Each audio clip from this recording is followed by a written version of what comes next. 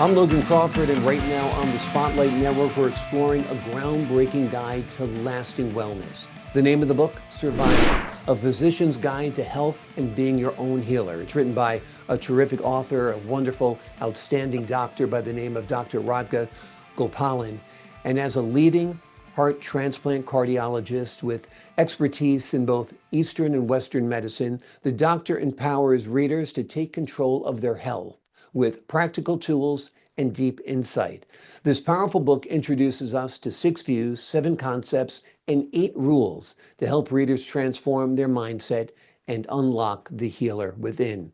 We're delighted to have this very talented author join us here today on Spotlight. We thank the team at Atticus Publishing for helping us put him in the spotlight today.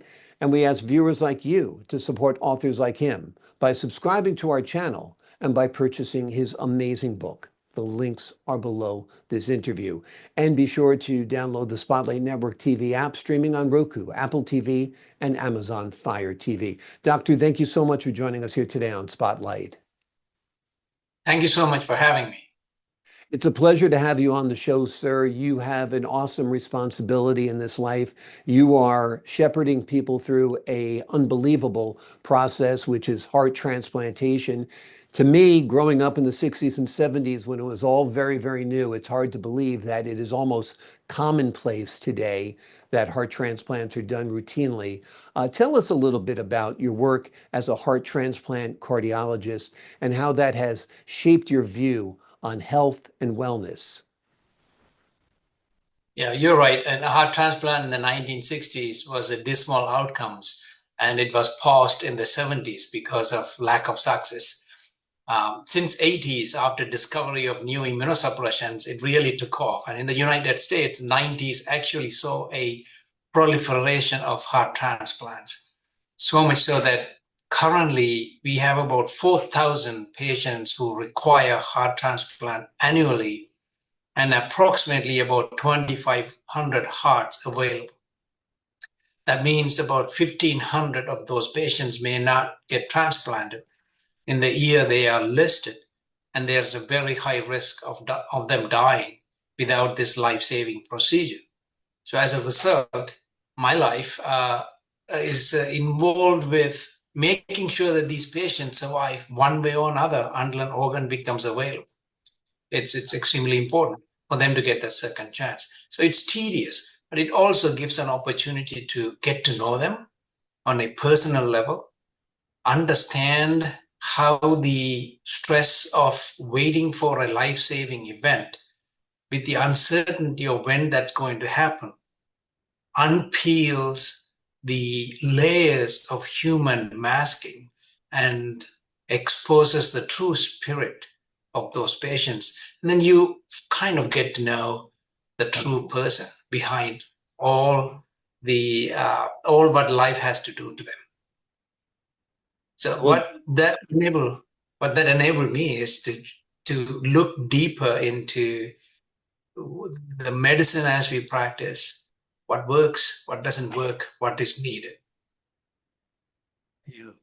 Yeah, I guess the goal for most people is to never get to the point where they need a heart transplant, to never get to the point where they need to see a doctor like yourself. I mean, some people, it can't be avoided. They have a congenital defect and they've battled it their whole life, and now they're at the point where a transplant is the only option. But other people, through diet, through exercise, through mindfulness, through meditation, can lower some of the risks of heart disease and having to see you one day, right?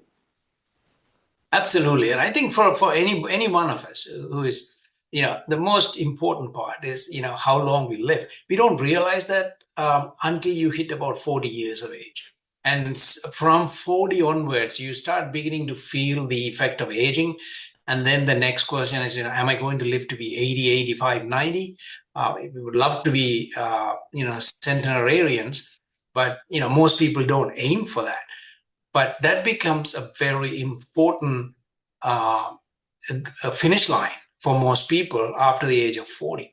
That's why I named my book Survival. It's because, how long are we going to survive? Can we survive long? And what is needed? So that's an important part of it. You're right. I mean, you don't, as a patient or as a person, a common folk, you don't want to see me. You don't want to interact with me. That means you have lost your health. And to your point, yes. Now, chronic disease burden is very significant and rapidly increasing in the United States and across the world. Lifespan is reducing. It used to be, in pre-COVID, it used to be 80 years for females and 79 years for males in the United States. It actually dropped down to about 74, approximately 75 for males and 77 for females after the COVID. And then it bounced back a little bit to an average of about 78 years to 79. Now, as a country, we are not doing so well compared to other countries. For example, Europe and Canada enjoys, the latest report, an average lifespan of 81 years for both females and males. So when you look at that, if you live in this country, your question of how long am I going to live becomes a very important finish line question. The second question that happens is, during those years, how well am I going to live?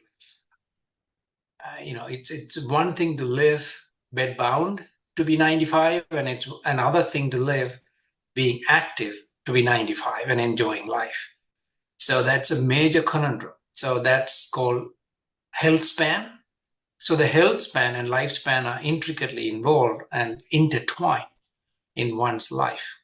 Because at the end of the day, quality of life matters. Absolutely. So, yeah, go ahead. No, I was going to say, I eat right, I exercise, I take my multivitamins, I do everything you're supposed to do. And I joke to my kids, I say the only reason I do it is because I don't want to be in one of those little gowns that ties in the back with my butt showing in the doctor's office or in the hospital. You want to stay well. And like you said, you want to be well into old age. You don't want to be frail, you don't want to be feeble, you don't want to be demented. You want to be productive, you want to be energetic, you want to be, vital. And that's what should be the goal for all people, all Americans. I mean, we have the resources, we have the foods. It seems like people are poisoning themselves with the wrong foods. I mean, you see so many people overweight now and morbidly obese, that more people are than are not, it seems, right? Is that your observation as well? It is our observation. It is the National Institute of Health's observation. The epidemiologists are telling us that the obesity is rapidly growing and it's going to become a huge burden in the future. And if you're obese, you really, I mean, I don't want to be mean, but you probably don't have a chance or a shot, or unless you have extraordinary genetic composition to make it into old age. Because if you're overweight or obese, you're probably either pre-diabetic or diabetic, and that's devastating to the cardiovascular system, right? Absolutely. Yeah, it predisposes you to what is called cardiometabolic derangements, which is, diabetes, high cholesterol and lipid abnormalities, and high blood pressure, obstructive sleep apnea. All of these reduce the lifespan, and collectively they actually predispose you to develop what we call atherosclerotic vascular disease, which is part of it is coronary artery disease. And coronary artery disease is the leading cause of death in the world. First disease, I mean, that is the leading cause of it.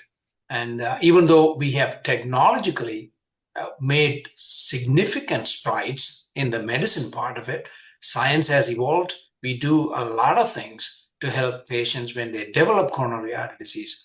But the question is, can we reduce the burden of developing coronary artery disease, not to be reactive and try to correct it? That's my observation. That's what I found out. And the question I asked, despite being the number one country in the technological advances in medicine, having access to healthcare fairly quickly compared to most of the other health systems, why are we having patients coming back over and over and over again, despite best medicines being discovered, um, best technological advances with surgeries, as well as less invasive surgeries being available to patients, the patients keep coming back. There has to be a reason. There are only a couple of players in the realm of health. You have the patient, you have the physician, and you have the healthcare system that delivers the healthcare. If those three are optimized, you should be seeing a significant improvement. We know we are making good strides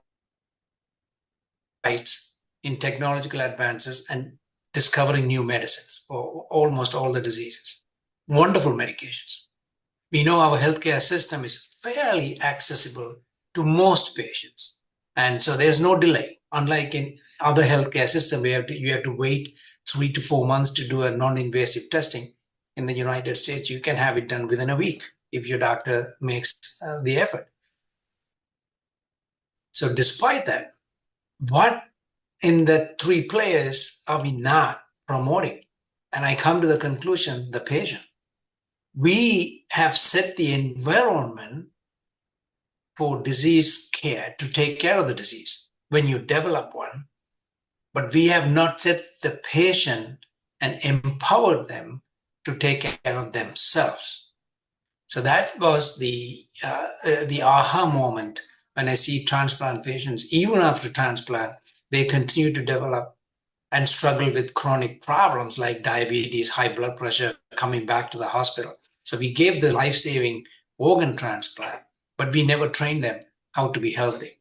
And there's a couple of reasons for it. One of them is the understanding of health, unfortunately, is not very clear. And you look at it, the health there's no health education as such in schools. The children don't get educated on health itself. They have a health education, a class, but it focuses on other things rather than educating children about what really health is. And so they don't get educated. Second, most of the children watch their parents and imitate what they did. And the parents themselves were not educated on health. So it varies. So you have a heterogeneous population that thinks, I understand health and I'm doing everything I can. And then the third thing, you have a lot of information overload on the area of health. And picking out what is the right thing, what is the wrong thing is very hard. And you have 1,000 recommendations of what's going to help you to be healthy.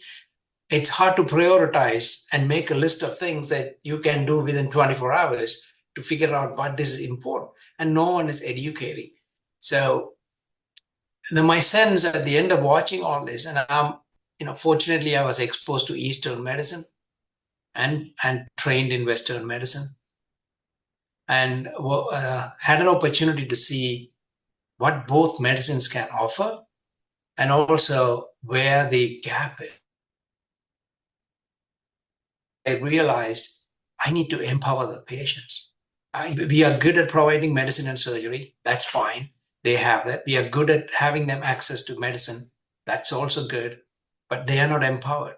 In fact, they are disabled by being given the tools without proper education to be successful with the tools.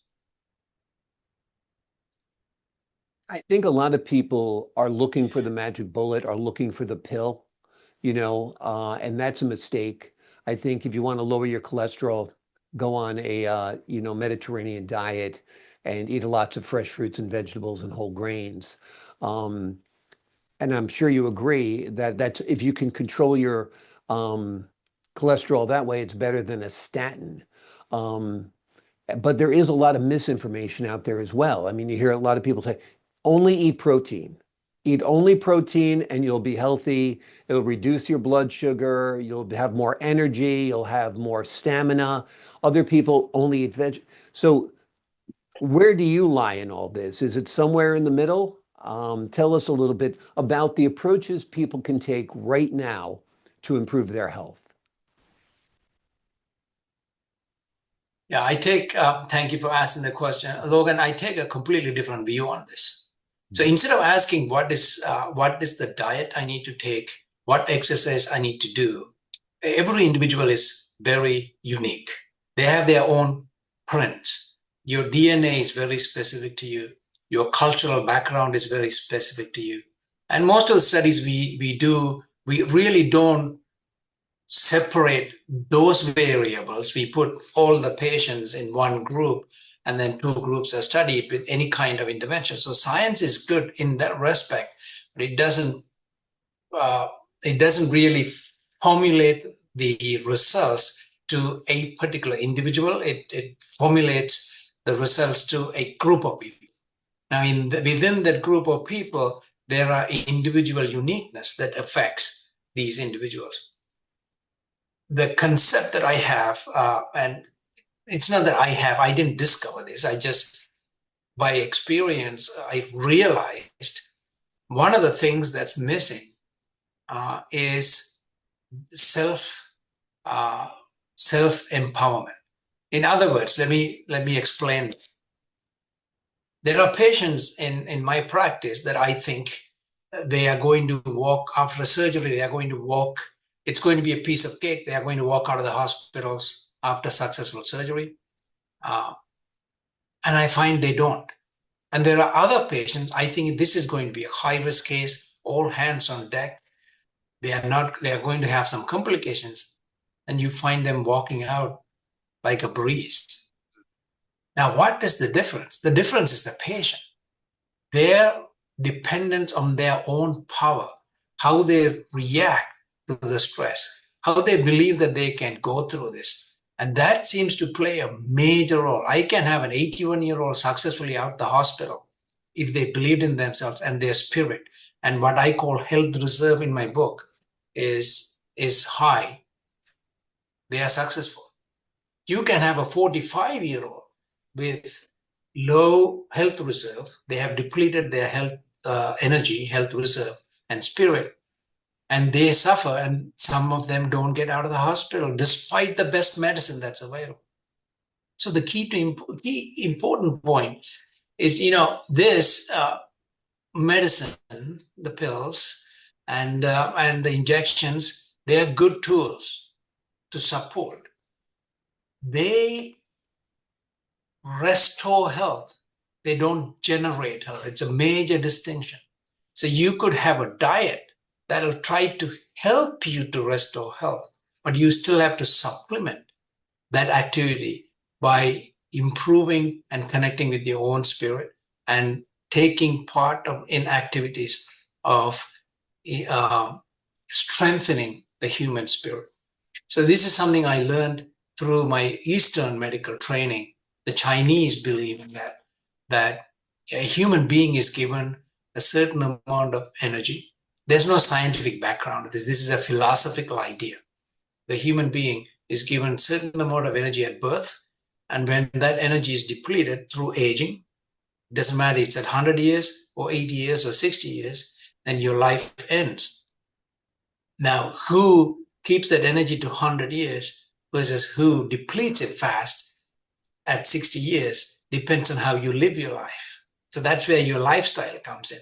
So when I take a look at lifestyles, I assign the actions of humans, us, our actions in life, into a health asset or a health liability.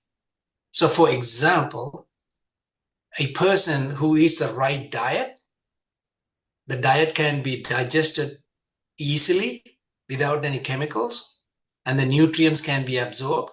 You spend a small amount of energy to digest and absorb the diet, but the amount of energy you get from the diet is bigger. You take, for example, a chemical loaded diet. You spend a lot of energy to digest and assimilate the energy out of it, and you get a very small amount of benefit. In other words, you have just eaten a health liability. So, if you look at it that way, it's very similar to finances. You want to have a liability, financial liability or financial asset. to build your financial empire. Health is very similar. You need to, If you're eating a meal and it doesn't sit well with you, you're, belching or you're having acid reflux because of it, change your diet and get into foods that you easily digest and easily absorb and feel good afterwards to boost that wellness, right? absolutely. So it's very unique. So the key is then, how do people do that, and how do you train them to recognize that, be mindful? And you touched on it. Mindfulness is very, very, very important. How does a food make you feel? If you give you more energy, more rest, less anxiety, and makes you sleep better, and then that is a food that agrees with you. If the food takes more energy out of you, that's a liability. Same with exercises. Not every exercise suits every person. You need to tailor that exercise to you. If you're doing a spinning class and it's depleting you at the end of the class, you're drenched in sweat, your heart is going 160, 170, it might not be the exercise for you. You might be better off with a brisk walk and feel empowered afterwards, right? Absolutely. Walking is a great exercise. All the literature shows that you don't really have, unless you're training for specific things, for health purposes, you don't have to push your heart rate to 160, 170. You can get the benefits of a moderate exercise by pushing your heart rate to 120, 130, and still get even more benefits. Sometimes when you push the higher heart rates, you lose the benefits, because the incremental increase in benefit as you go higher and higher, it's a diminishing return with regard to exercise. And that has been shown by several studies. So that, these are very unique perspectives that has to be tailored to every individual. Exactly. If you looked at professional athletes, they're not a long-lived group of people. So that kind of proves that extreme exercise is not necessarily healthy for you. Doing something that makes you feel well is better. This is really a fascinating aspect of your book and your talk today, Doctor. The whole concept, as the Chinese call it, the qi, that's the power within them, Yes. and having that strong throughout their lives, and what they do to maintain that qi is very, very important too. And we've talked about diet and getting a diet that's suitable for you. We've talked about exercise and getting that exercise that fits right with your capabilities. We've talked about mindfulness. Are there other components about that that our audience should know about? Yeah, I think, yes, apart from diet and exercise and mindfulness is at the center of everything. You want to know, and you want to be very mindful. The other components is sleep, extremely important, is how long you sleep and how much restful sleep you get. And that is an important aspect of being healthy, and in improving your health span and your lifespan, is to be constantly making sure that you prepare for your sleep, consider sleep as an asset, and use it the appropriate time. Every individual should get at least between 7 and 9 hours of good sleep in a fully darkened room, and at least 2 hours before. Knock off all the blue light interactions, TV, phone, all the stimulations 2 hours before you go to sleep, and you will see the difference. There's a big difference when you wake up the next morning, what kind of a restorative sleep you had. And that is the other component of being healthy and improving your lifespan and health span. Absolutely. Sleep is so vital. I think staying on a fixed schedule. I know myself between 10 p.m. and 11 p.m. is when I get almost all of my deep sleep. If I go to bed at 11 o'clock, I'm not going to have much deep sleep that night. So I use a lot of wearables, my watch, I'll use the Aura Ring. Do you think wearables are a good tool for people trying to stay in optimal health? Generally, yes.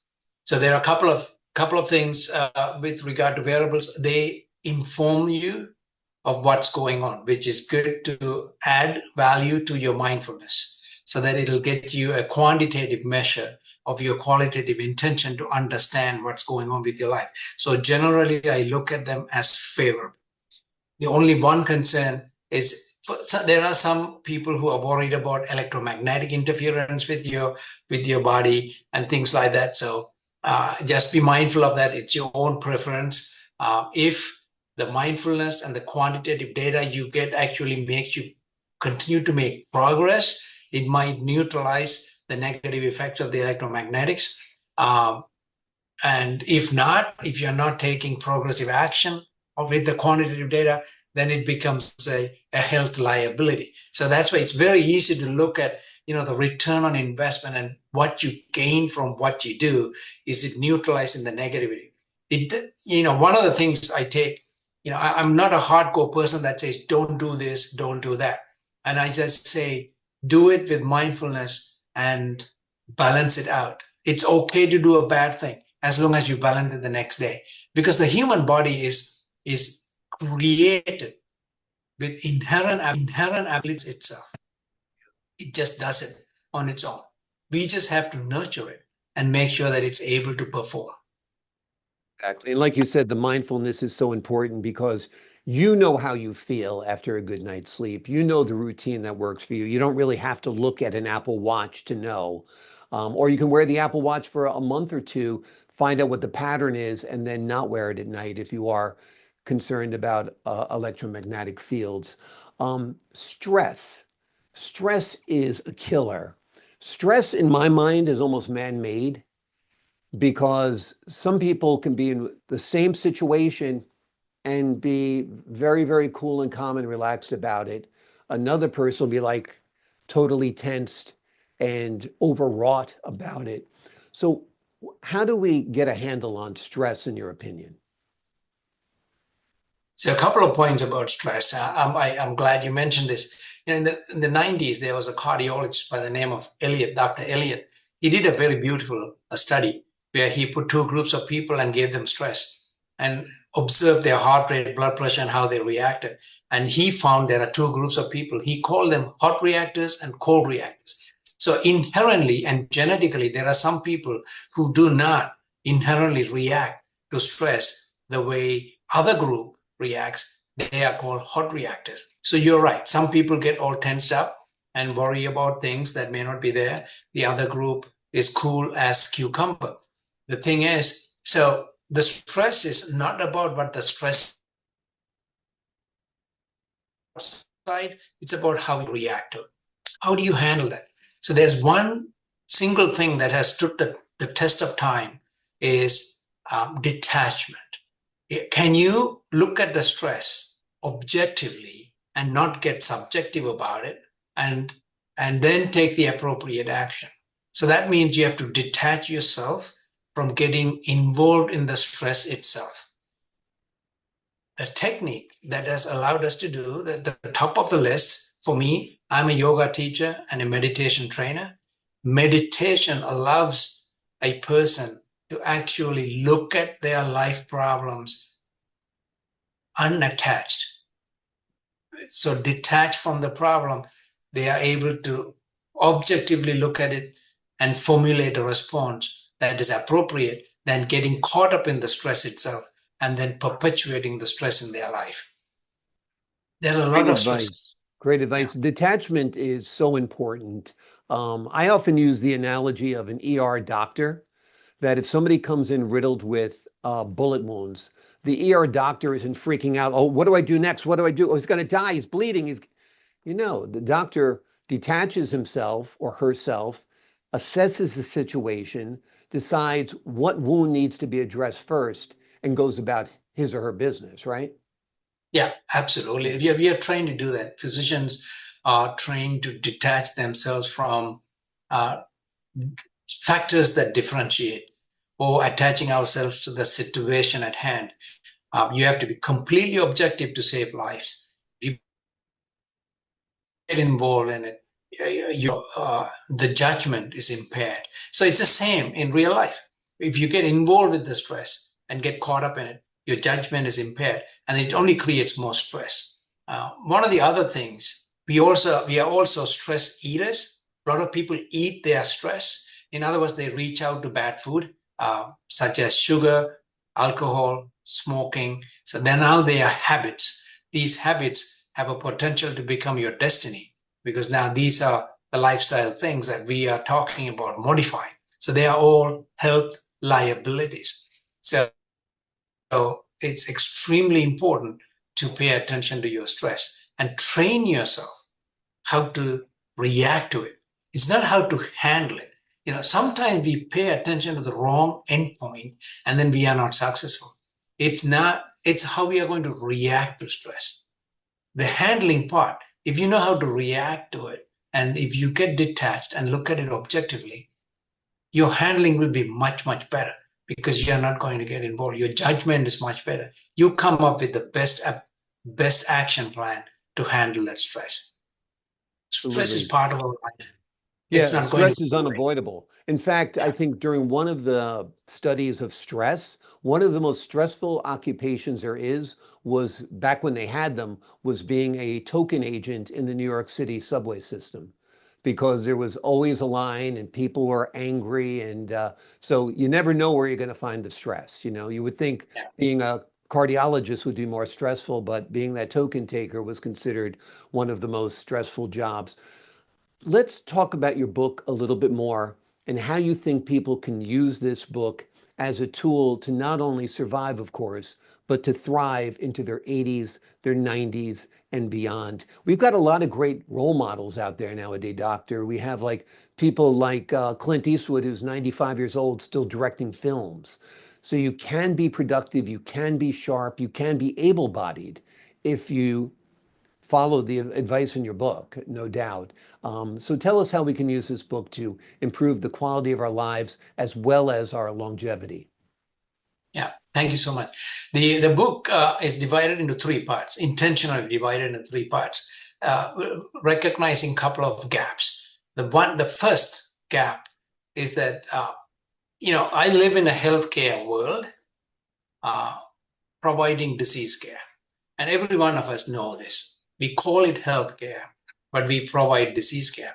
So as we promote that notion, the population is going to believe that is what health is. So the understanding what health is, piggybacking on what I said before, that there's no health education. So I created this company, Healthy Human, for the sole purpose of educating about true health, not about medicine, but about health. So you have to understand the view. So the first part of the book actually describes 5 different views that exist in the world, that to best of my knowledge that I could discern, watching patients and general people and interacting with people and doctors and everybody. There are 5 different views. The first one is, all of us, when we are young, we live with the idea, or what I call illusion, that it's not going to happen. So young people don't get health insurance because they don't believe it's going to happen. And so it's someone else's problem. It's not going to happen to me. So that's an illusion. So if you have a view of health that it's not going to happen, you're setting up yourself for failure. That's the first thing. The second thing is the world. How does the world think about health? The world is made to think about health as medicine. Medicine is not health. As I mentioned before, the pills can restore health, but it cannot actually generate health. The power to generate health lies within the individual, not in external tools. Medicine is a great tool. It will help you. You should use it, but it wouldn't generate the health for you. It'll help you generate the health. So that's the worldview. Now you look at medicine's view of health is you have a patient with a disease. Medicine looks at the disease and says, let's treat the disease, not let's treat the patient. The patient has cultural backgrounds, their own beliefs, their own genetics that we discussed, briefly touched on. So we don't treat patients as a whole, but we treat the disease in an isolated fashion, which is still helpful, but it's not complete. So that's what the medicine. Now you look at the body's understanding of health is about balance. The body is designed to heal spontaneously. You cut yourself, you're going to heal it unless you put something to infect it, or you don't have enough energy to heal it. So the body is about balance. So the body's understanding of health is completely different than what we just discussed. And then finally, through looking at ancient ways of what health and life is, the spirit, the human spirit, that spirit's view is all about energy. One of the reasons why we have trouble understanding and health and being healthy, and one of the main reasons is because there is no measure of health. You can measure wealth. You can look at your assets and then there's a currency. We call it money. It could be Bitcoin. It could be gold. But there is a currency that you can touch, feel, and trade. But when it comes to health, there's no currency. People can measure it. There's no way of quantifying it. So they're having trouble. Even if they put an effort to do something healthy, they can quantify it and get themselves self-motivated to continue to do it. And so the desire dies down and the effort stops. And then you start all over again. This is one of the reasons why the New Year resolution doesn't last more than 3 months at most. And then we go back to our old habits. So the first part of the book is dedicated to clearing those myths about what should be the understanding. And the sixth view is, I call it the winning view or the practical view, is to adapt a view that really is going to make you healthy.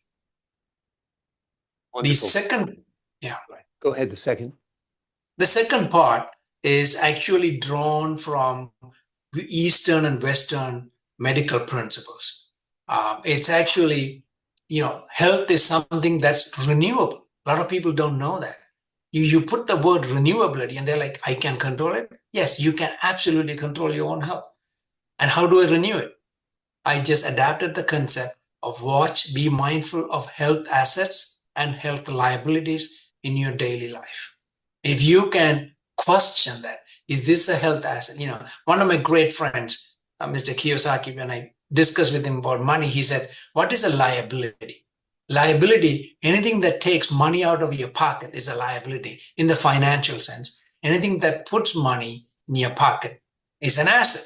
It's a very simple way of looking at it. So I teach my patients, anything that puts energy into your body is a health asset for you. Anything that takes energy out of you is a health liability. So if you're holding a plate of food in front of you, you just have to ask one simple question. Is this going to be a liability or an asset? It'll make life much easier. If you're holding a glass of alcohol, is it going to be an asset or a liability? It doesn't mean you shouldn't do it. You just have to be mindful of it. And if you did drink alcohol, the next day make sure you rebalance it, help your body balance it, and don't perpetuate it. I'm not promoting drinking alcohol, but you just occasionally doing things. It's human life.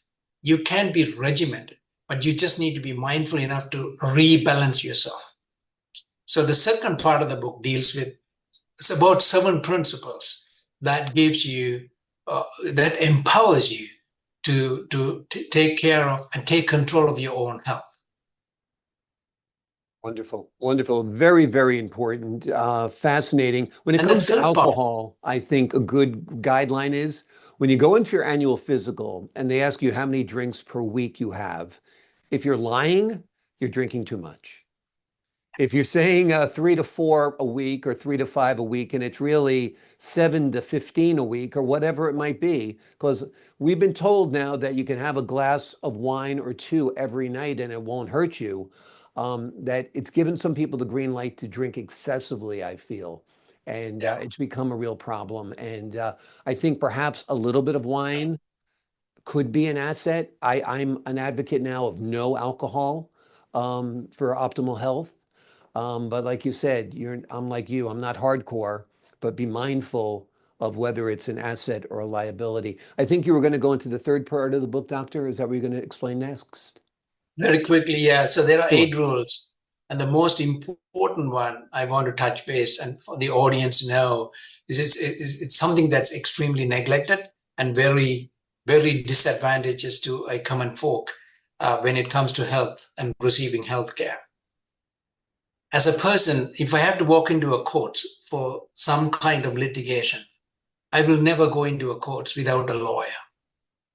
The law is a specific language. I don't understand law. I need to have an advocate. But millions of people walk into the hospital without a health advocate.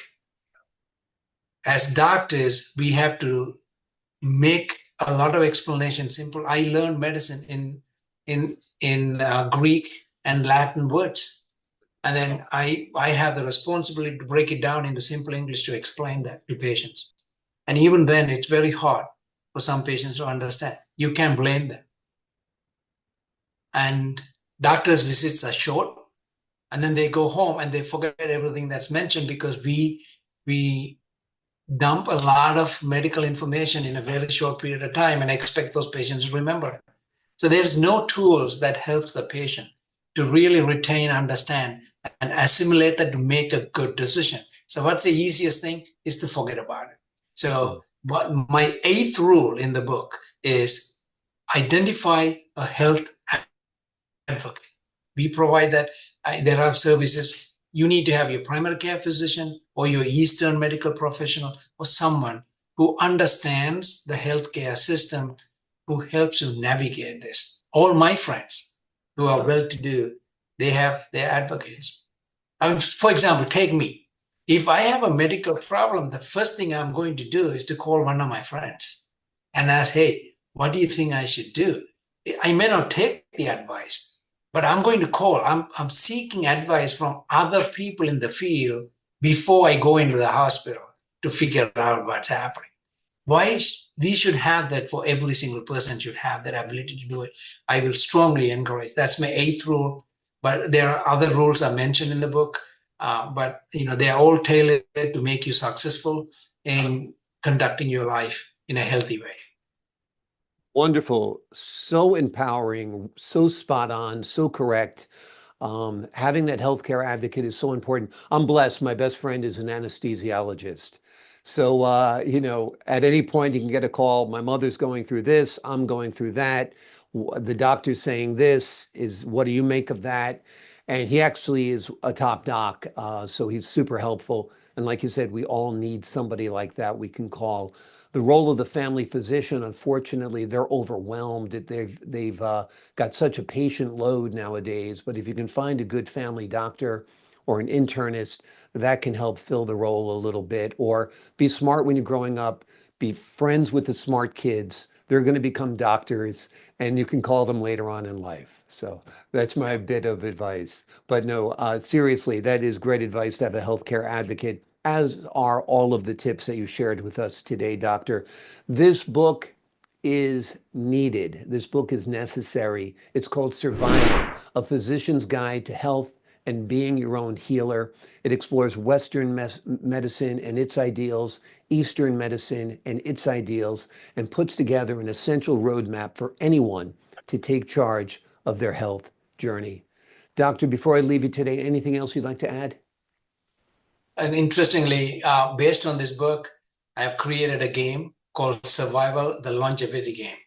And be on the lookout. It'll be out pretty soon next year. It just does just that. People can play in groups and learn how to be healthy in a fun way. And it becomes your habit and start developing new habits. It incorporates everything we have discussed in an easy to follow format and a fun way. So you're not reading boring books. You're actually actively engaged in learning how to be healthy.